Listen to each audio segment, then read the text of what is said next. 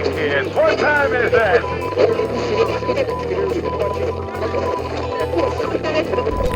Hey, it's Edson with GeekTime TV, talking about Acolyte Episode 5.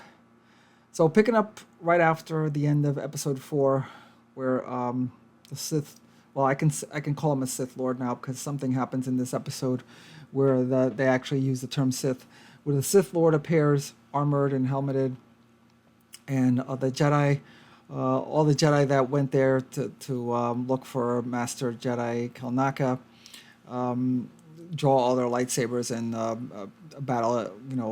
The battle.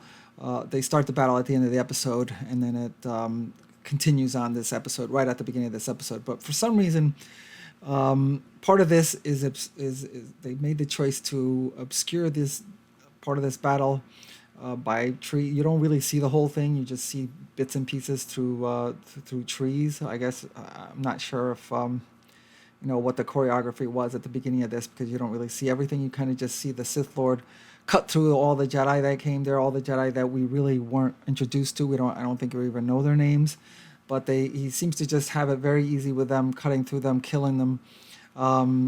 It seems almost like a battle between Darth Vader and a young Luke Skywalker who's just learning about the Force, because while the Sith Lord uses the Force to push the Jedi around, pull them, push objects, throw objects, the Sith seem to, the Jedi Knights seem to have forgotten that they even know how to use the Force, because they don't use the Force at all. They just kind of just use their lightsabers, and clearly putting them at a disadvantage.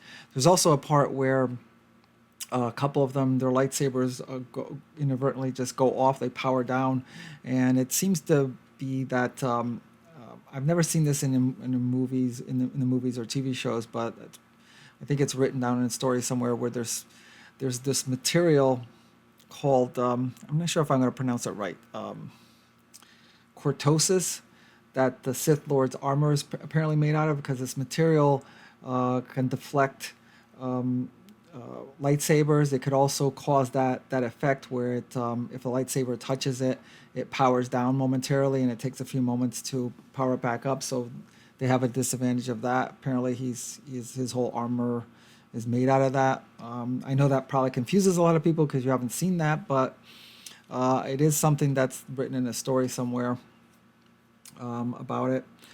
So he kills all the Jedi except for Yord, who's of course been one of the main characters. So he survives. He injures him in the leg and then takes off after Osha, apparently to kill her. He throws his red lightsaber at her, and at the very last minute, as the lightsaber was going to probably impale her, Soul comes out of the woodwork and deflects it. Now, at this point, you don't know where Soul has been. I mean, you would think he'd be at the forefront of the battle against this Sith Lord, because he's a Master Jedi. He's the one who led this mission. You have no clue why he was missing from the battle, except for maybe that's what's in the script. But he all of a sudden just appears out of nowhere, just in time to save Osha from a boomerang lightsaber. Then Yord shows up. He has an injured leg, but he's able to move. I guess it must have not been a serious injury. All the other Jedi are dead. He shows up, and Soul orders him to take Osha back to the ship for safety, to get away from the Sith Lord. While Soul takes him on, he starts fighting him, and it's a pretty, there's some pretty good scenes of the fight between Master Soul and the Sith Lord. There's also like some there's something that the Sith Lord says that makes you think that Soul knows who he is, but he can't quite remember who he is. So maybe someone from his past, maybe a previous Jedi, a previous Jedi Padawan. I don't know. The show wants to indicate that there's some familiarity between them. So the Sith Lord knocks Soul down, knocks the wind out. He's not unconscious, but it knocks the wind out of him, where he's just not, recovering right away. And instead of just going ahead and just finishing him off, he kind of takes off and goes to find May, who's still coming out of the ship that was that Kalnaka was using it as his home. Kanaka is dead, of course. We saw that from the last episode. So May comes out of there and is attacked by Jackie, the Padawan, who we hadn't seen in this episode until now. She's there to arrest her, which is what they came to do in the first place to that planet. Then they have a fight, but then that's interrupted by the Sith Lord, who apparently wants to kill May for having betrayed her in the last episode. Remember, in the last episode, she decided she wasn't going to go along with the mission that he has for her, and that she was just going to change her mind and turn herself into the Jedi and give them all the information about the Sith Lord and turn against them. And so apparently, so he's going after her to kill her. Jackie fights him off, and that battle between Jackie the Padawan and the Sith Lord is also a pretty good fight, which is a little contradictory because you don't expect a Padawan to be that good against someone who just took out a bunch of Jedi and killed them. So she even dual wields her both her lightsaber and Kolnaka's lightsaber for a while. Then Soul comes back and joins the fray. They both fight him, fight the Sith Lord. He at some point, not through a lightsaber, but for repeated blows from both Soul and Jackie, his helmet cracks and flies off, and then we finally get the revelation of who he is. And of course, it only makes sense that he is. While he referred to him as up till now in the show, he refers to himself as Quaimir, but he even says that that's not his real name. He says something like, I have no name, but you Jedi refer to me as the Sith. So there you have the word Sith we're bringing into. So that's what I'll refer to him. So they fight, and then he is able to take.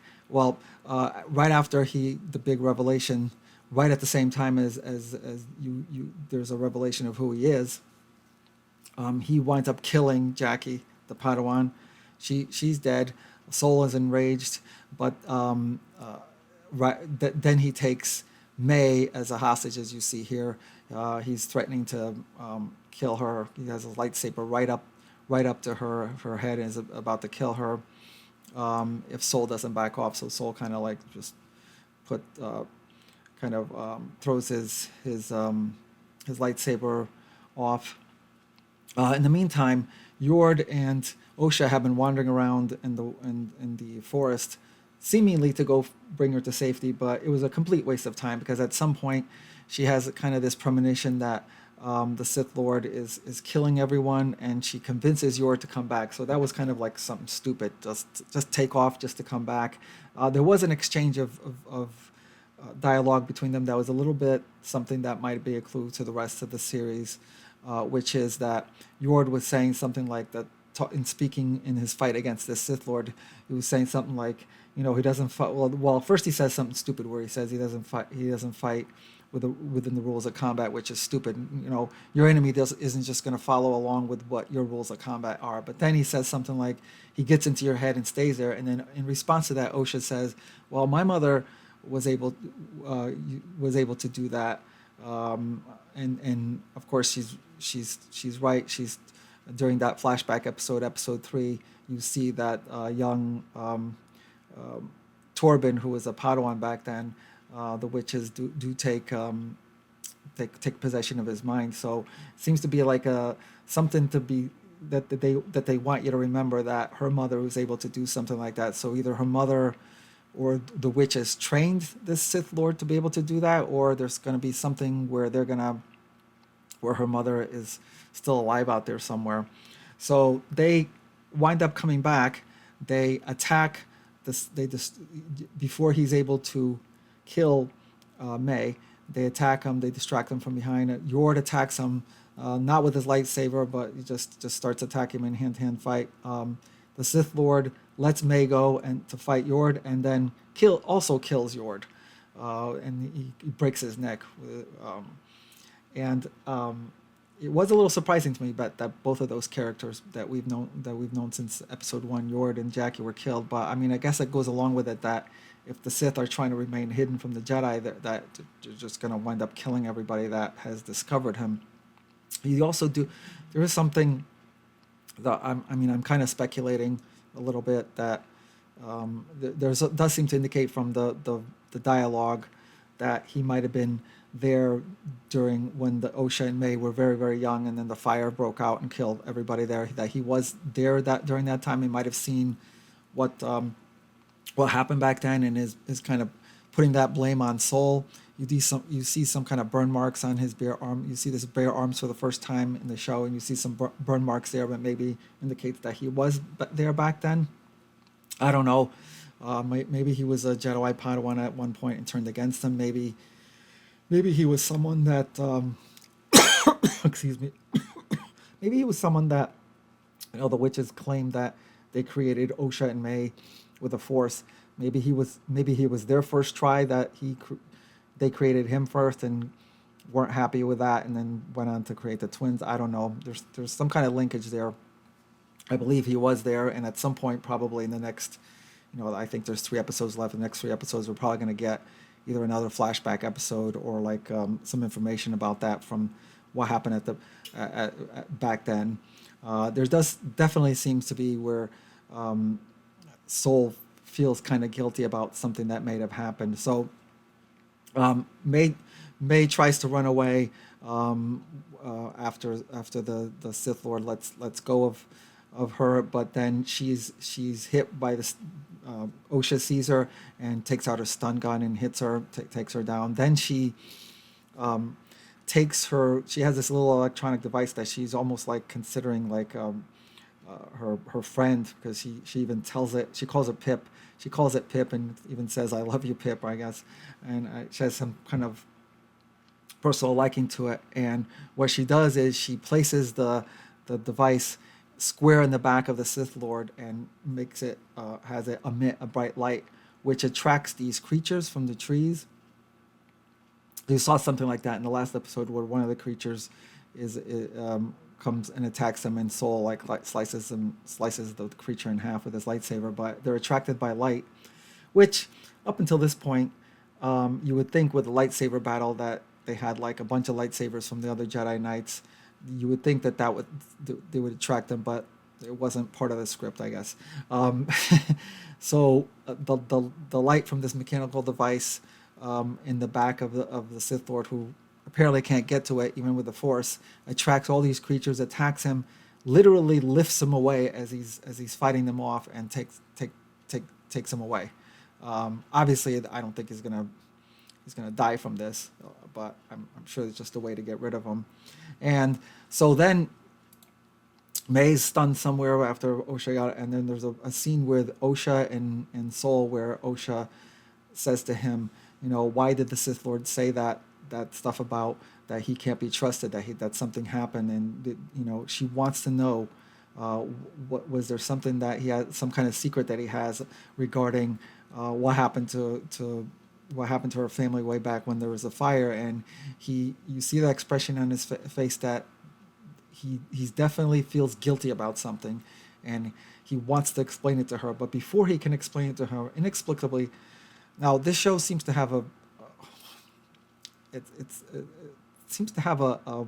wild disregard for weapons, because after Osha stunned May, she must have inexplicably thrown her the stun gun instead of just reholstering it, because now all of a sudden May recovers from the stun blast, and the stun gun is right next to her, and she hits Soul, knocks him out with a stun blast, even though she had just been stunned literally a minute ago.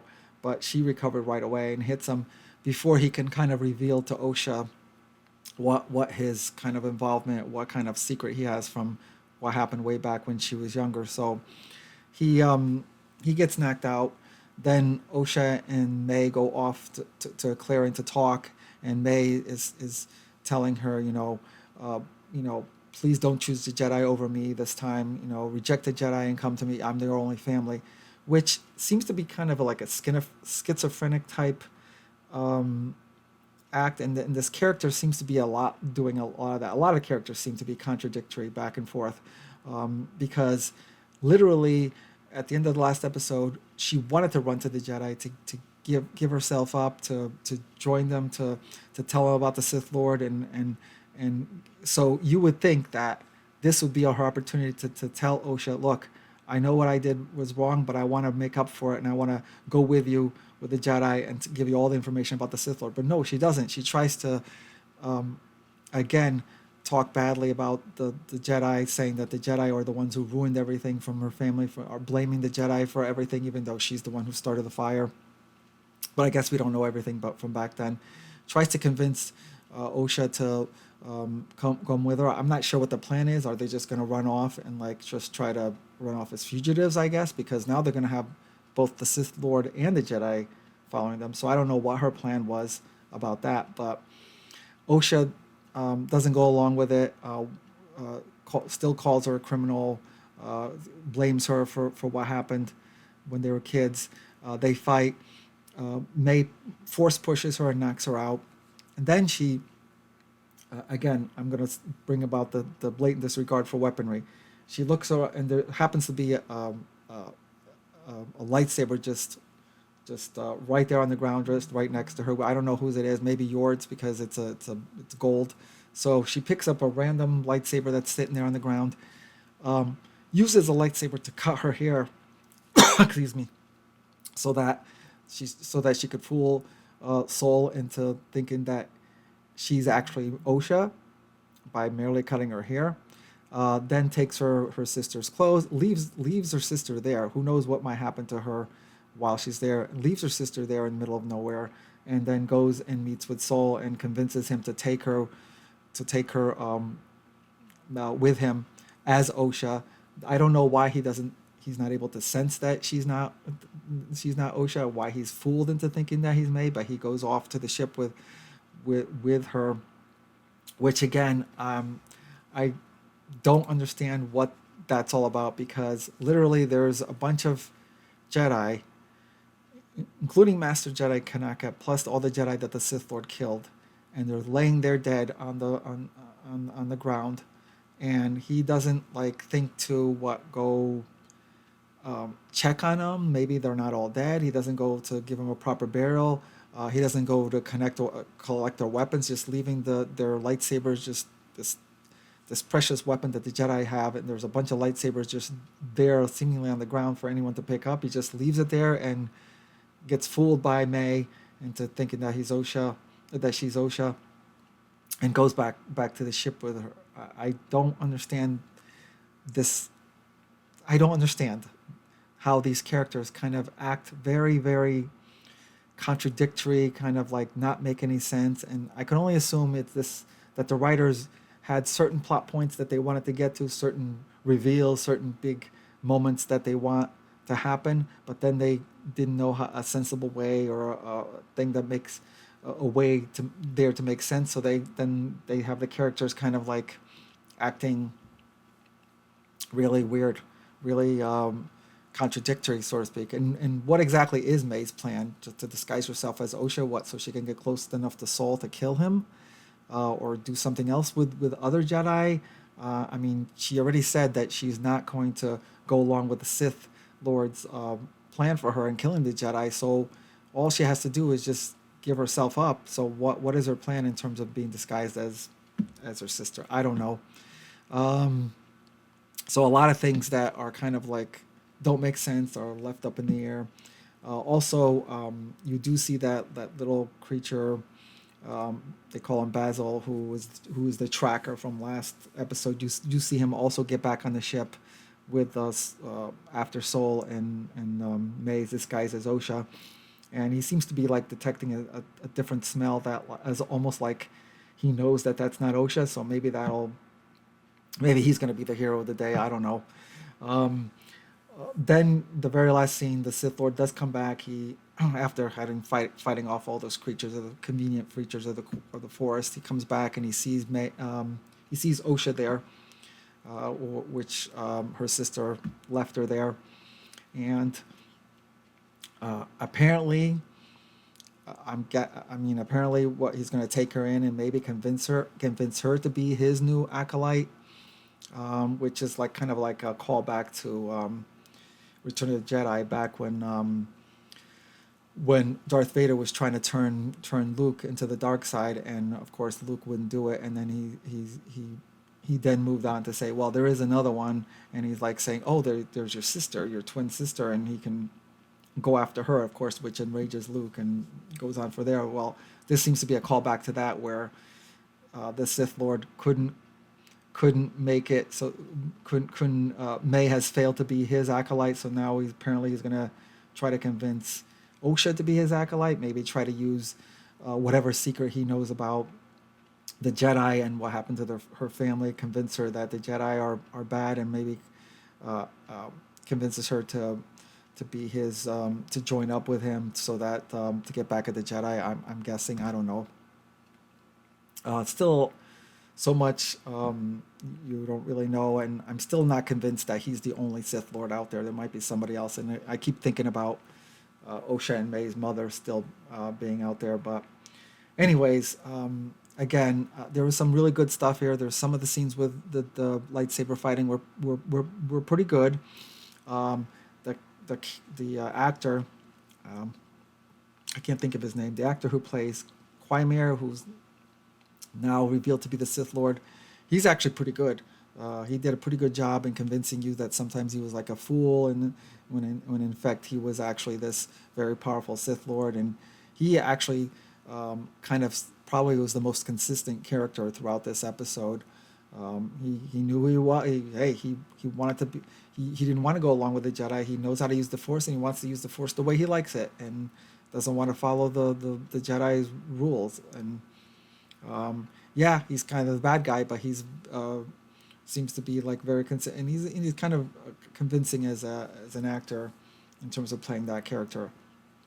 Many other characters, though, just very contradictory and uneven, and a lot of what happens in this show has been very uneven, and I don't know how they're going to pull off in trying to make this kind of correct itself or make it work. But anyway, so that's episode 5. 3 more episodes to go, and we'll see what happens. Up to this point, I'm kind of like disappointed of all the ways that this show has showed you that they don't make a lot of sense. But we'll see. Okay, that's it for now. Thank you for watching, and I'll talk to you soon. Thanks for watching GeekTime TV. If you like this video, please subscribe to the channel. If you subscribe, make sure to check the little bell icon anytime someone from our network drops new content here. Want some GeekTime swag? Check out the merchandise available in the GeekTime TV store, linked in the channel description below. Share GeekTime TV with friends, and as always, thank you for your support. We'll see you soon.